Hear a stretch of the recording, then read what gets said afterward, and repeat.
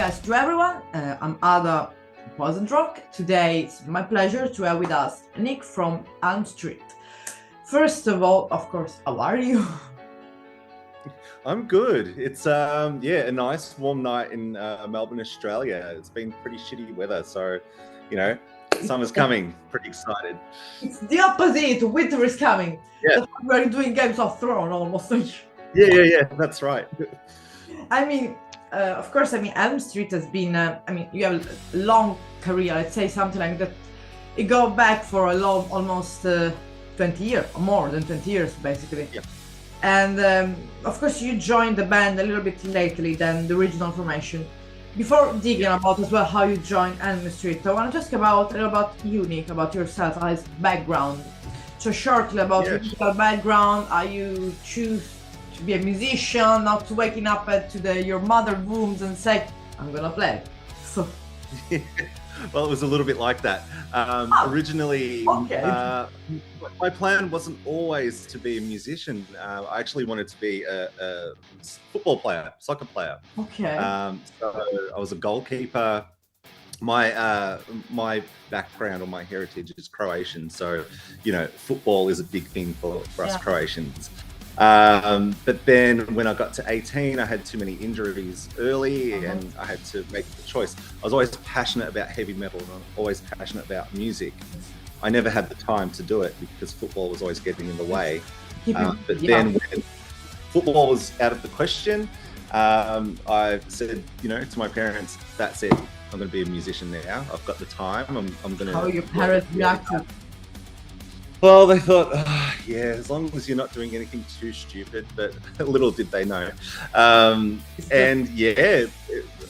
the bass, and then in less than a year, I was playing in bands, and the rest is history. So, before I joined Elm Street, I was in a band that had some success, at least here in Australia, called the Scarlets, and we were more sort of a punky. It was a mix between punk and hard rock. It was female fronted. I pretty much ran that band. I think our biggest claim to fame was touring with Bon Jovi in 2010. So we played some big stadiums, and that was pretty exciting. And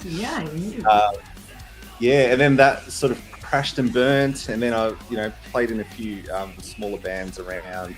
And then when the opportunity, for Elm Street came up, I thought, I have finally, because I was a fan of the band, so I thought, yes. But as well, having a little bit of, let's say, heavy metal in your blood already, it's like, because of course, how all Elm Street started, you basically joined them in between the first and the second album. Yeah, so just after the second album was recorded. Knock them out the first. Yeah, with the metal fist. Yeah, a bit of a tongue twister, but it's a pretty cool title. Yeah. They recorded that album and then they split with the bass player before the tour started. So that's when I came in. But I knew the boys from school, so we all went to the same school. We grew up in the same area, which was also interesting. With the singer, with all the bands, with the band. All of them.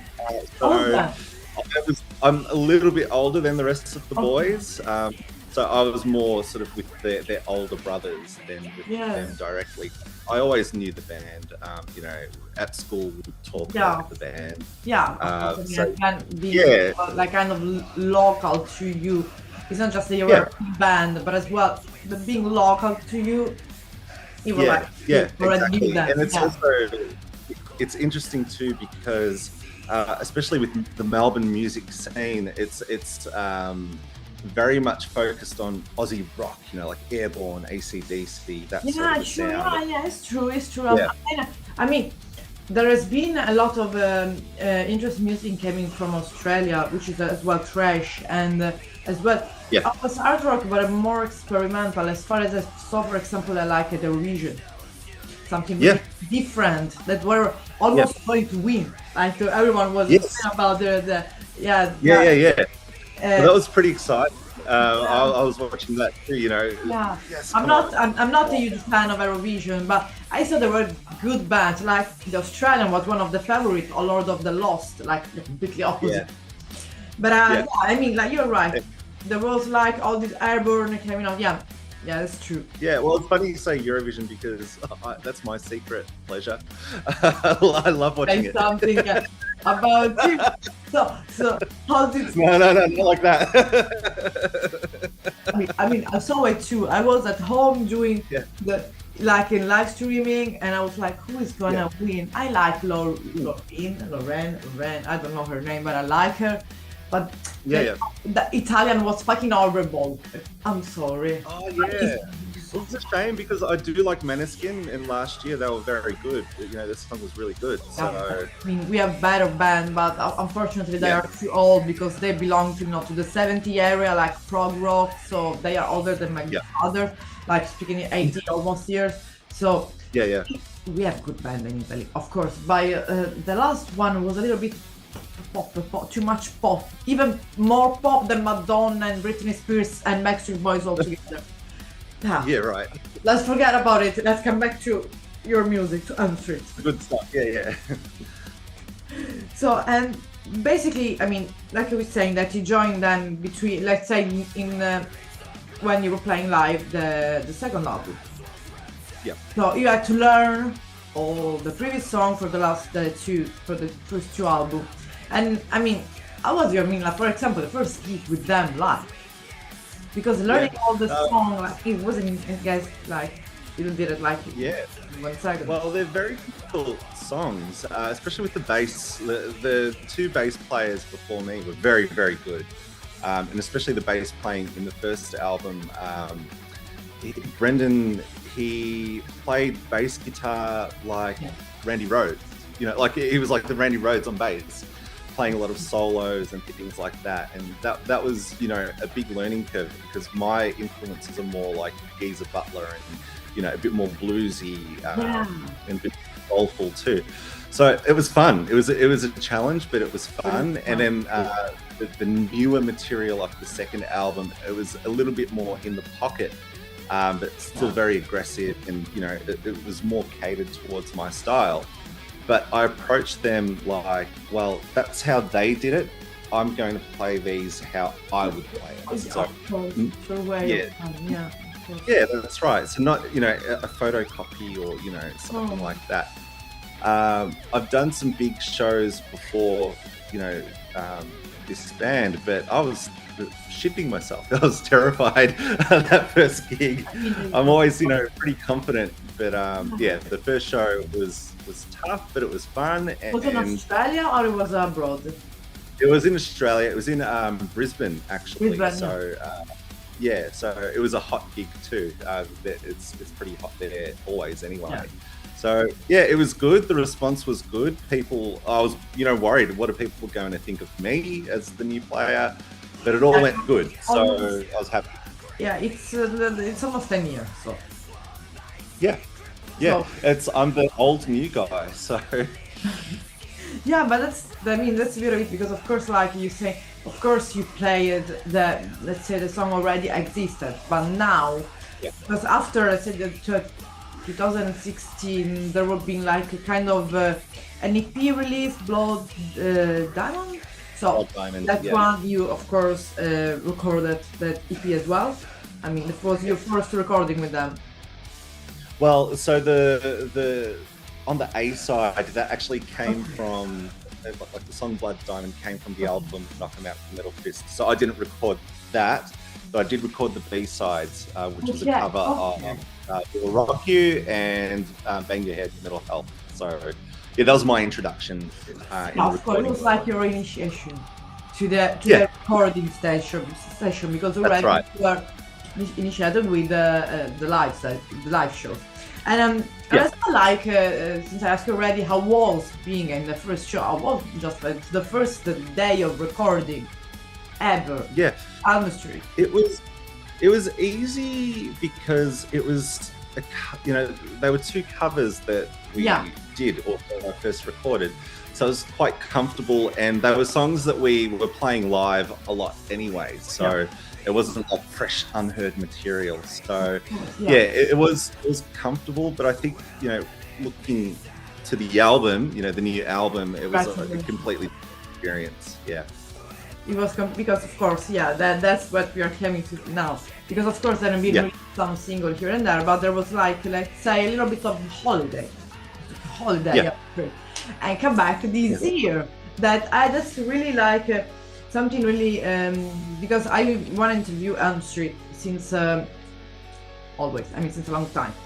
But I had no idea that of course, you know, there has been released. There was the idea of releasing an album. So I was just checking, not just like, let's see how I can reach out to them. Wait, there is an album? I mean, perfectly. I mean, at least we had something to talk about of new. Otherwise, we have to talk about always the past. And like like with your own exes, boyfriend or girlfriend, past is the past. So we spoke about Great Tribulation. And of course, this is the first album which we are completely 100% fully involved. And I want to ask, how does it feel again? I mean, basically it seems like a terrible nation today, but how do you feel to be involved in a great? Yeah, it's pride, really. We think that the material is our strongest that we've put together. I heard them. It's thank you. It's trashy. It's fucking. I don't know. It's catchy. That's what I want to say. Yeah. Well, that was one of the things that we were excited about. The elements that we've really pushed this time around was making sure that there were catchy choruses in the songs. So, you know, we can write really cool riffs and put together really cool music, but you know, if we can't have something that stays in someone's mind as well, then you know that's only half the fun. So yeah, I'm pretty proud of what we've achieved. I think we've formed a really good writing partnership. Like, I've had my fingerprints are all over the songs as much as the other boys. You know, lyrically, musically, you know, we all had we all had a theme, you know, that we were following with it all as well. And we really took our time. We didn't take 7 years, even though it's been 7 years since the last album. We were touring really well. But yeah, we did take our time. We wanted to make sure that, you know, we were happy with it before other people would be happy. Yeah, because as well is a coming back, kind of. Yeah, exactly. Exactly. A real coming back of Elm Street, in of course with let's say a new bass player, like in the album as well, but also in a scene where let's say right now in the old world there is kind of I don't want to say the second wave of thrash metal, but anyway, it's kind of, if you pay attention to all the world, there is a kind of coming back of a lot new thrash metal band. All the thrash metal band, like, I don't know, Forbidden, they come back together again. So Elm Street come together again out with a new album. So it's like, let's say, a good year for thrash metal 2023. As well, I don't know, Sodom, a new album is out. What's going on? You all, I think it's great. Together, let's make it trashy here. We spoke to Sodom before we started recording. We're saying, when are you putting yours out? And we'll get its name. No. So it is a good year. It's a good time. I think, you know, with COVID, there was so much time for bands to write and record. That's true. And so now, you know, we're all blessed and lucky that, you know, everything's coming out all at once. So we're spoiled with all of this new music, new shows. So yeah, to be a part of that and for our name to be mentioned alongside these types of bands, it's an honor, really. Yeah, it's pretty cool. Because, well, I mean, because if you want to talk about, of course, being a fan, you can just being a fan, you follow the band as well, and knowing them, you have, of course, and especially playing the music, you have a knowledge as well of the previous two albums, of the first two albums. Because before just talking better about Great Tribulation, in your point of view, of course, because of course you weren't in the band before, but just like in your point of view, what do you think is mainly changed in the sound, let's say in general? So it's just your point of view, let's say not being like objective and whatever, like in your point of view, what do you see that is changed in this? Yeah. Like for the last one to the new one. Yeah. I'm pretty lucky in that I was a fan before joining the band, so I can put the fan lens on and, you know, comment as a fan, but also as a band member too. Yeah. And I think the growth from the first to the second to the third album, of course, it's, you know, in an upwards direction. But I think the first album had a certain magic. It was young boys who loved heavy metal, and they were celebrating heavy metal. Yeah. They experienced a lot. They toured a lot. They, you know, experienced some hard times too. That all contributed to the second album, which was very aggressive. You know, vocally harsher, more technical because they're getting better as players. There was a lot of angry energy, you know, in these young men. With this one now, I think it's grabbing the best of the first two albums, putting them together. Again, we've toured a lot. The four of us now, you know, with the new bass player as well, we've become a really good working team, and this is the result, you know. So I think, comparing this one to the old stuff, I think it's the best of what we can do right now. Yeah, of course. Like let's say, like in any moment of life, in any band, it's like, for example, an author of book, in general, and it can be like a kind of opera, something like that, like a kind of result.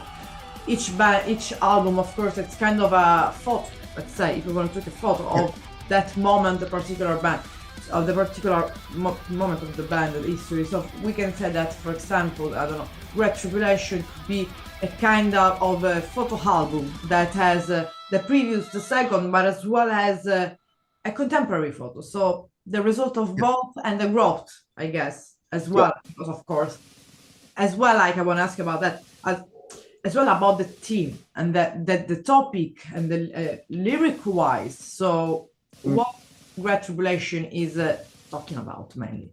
If there is a specific theme, is it just I don't know, experiences from life? Yeah, I think it's a lot of all of what you've just described. I think the songs were written individually, the lyrics were written individually, but we found that there was a theme to a lot of these ideas that we were putting together. So the title of the album, The Great Tribulation, that refers to the book of Revelations, you know, in the Bible, and I guess the foretelling of the end of days. So a lot of the things that were sort of written in the Bible in that particular you know, passages, you could relate a lot of that to what's actually happening now, like, you know, a lot of war, a lot of famine, a lot of fire.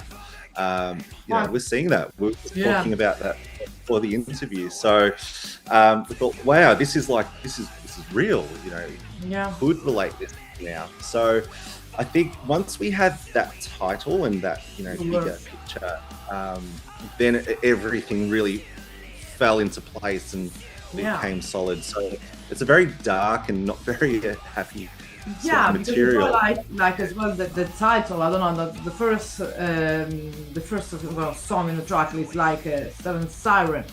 I can ask you, who are these Seven Siren, for example, because I don't know.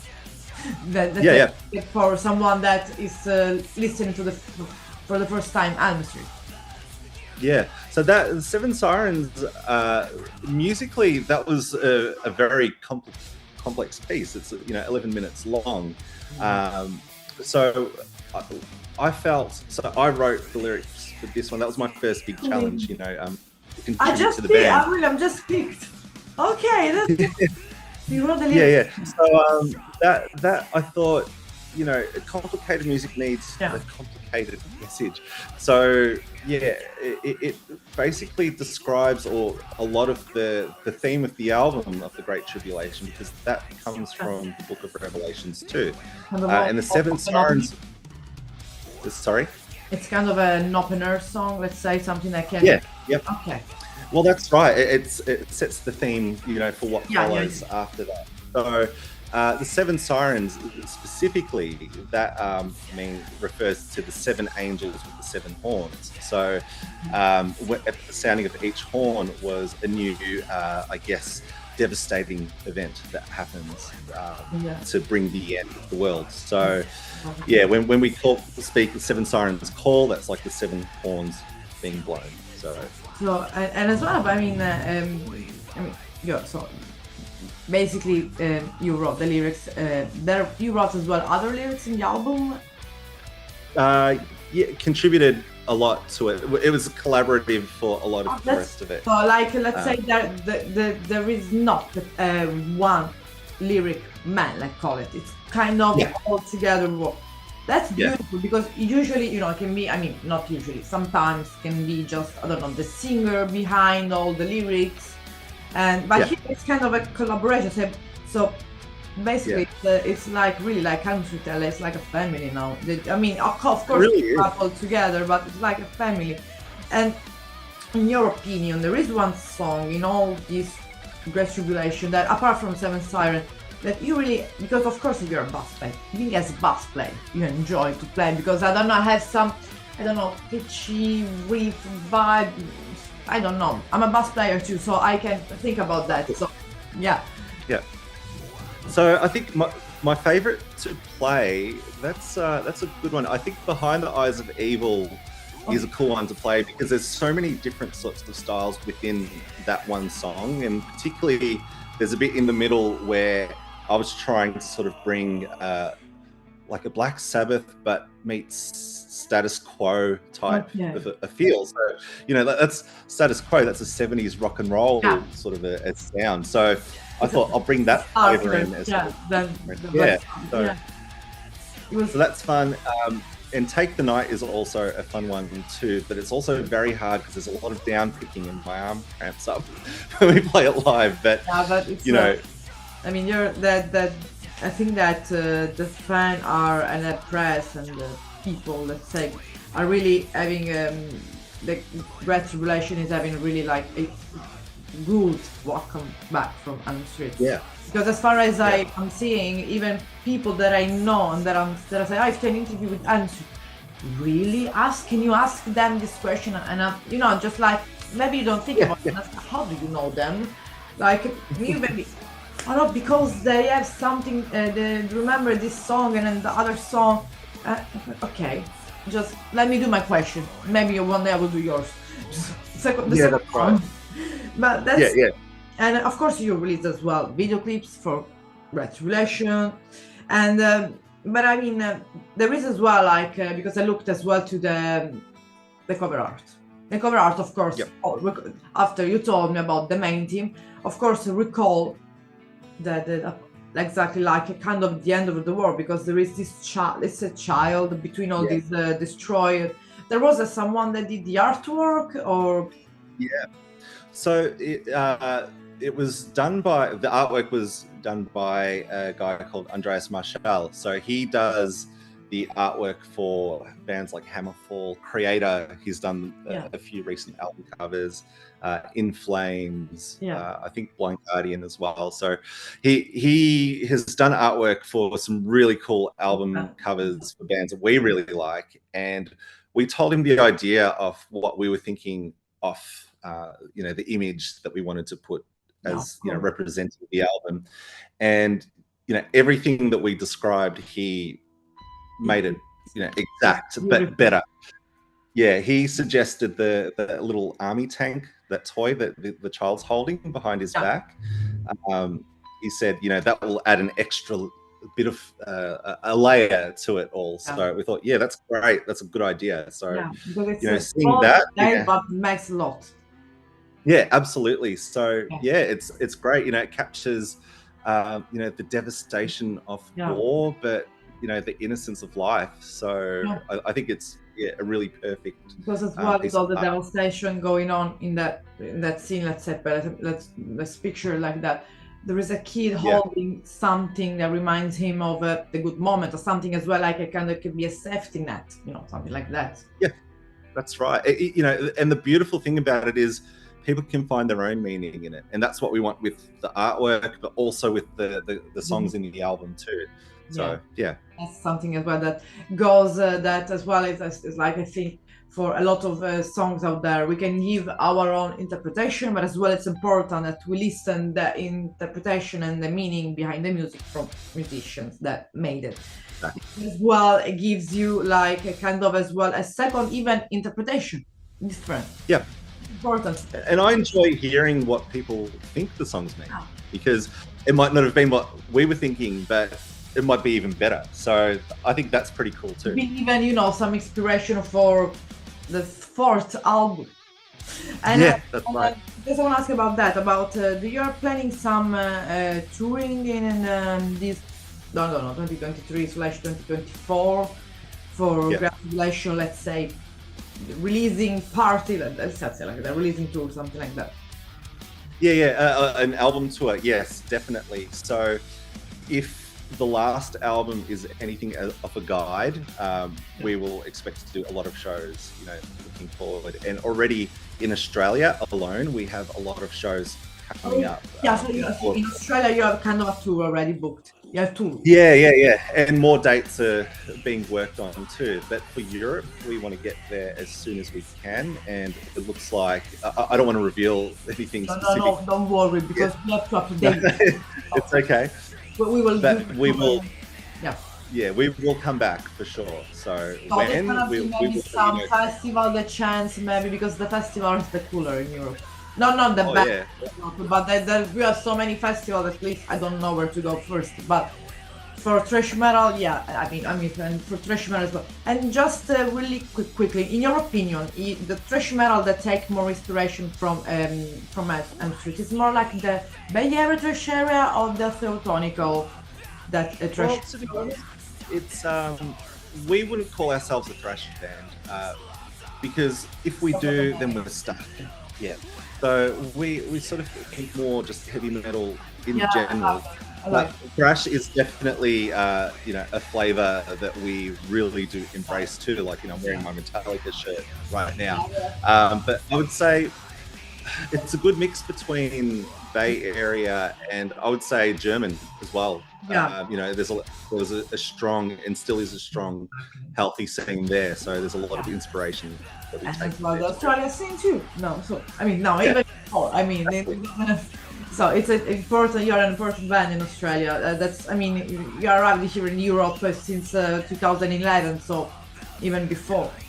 I was really pleased to do this interview, Nick, because Elm Street is really an amazing band, and Great Tribulation I found it really to be one of the most interesting and best album 2023. Because as well, I love Australia by myself, but I can be I don't say that. Let's pretend I don't say that. I love Australia, so I'm really pleased to see that good music is coming out as well for this beautiful country. And I want to wish you all the best for this album and the coming tour and the future with Elm Street. Looking forward to see you in Europe. And for you it's good night. For me it's good morning. So good day. Pass this on the future. Yeah, that's right. Thank you so much. That sort of feedback means a lot to us. We've worked really hard on this, so to now hear what people think, sometimes that doesn't mean everything, but it does mean a lot to us. So we want to celebrate this as best we can, and we want to celebrate it with everybody, especially over in Europe. So keep your eyes peeled. We'll be there soon. So thank you so much, and have a good rest of the evening. Thank you so much, Nick. Thank you very much. Nice talking. Bye.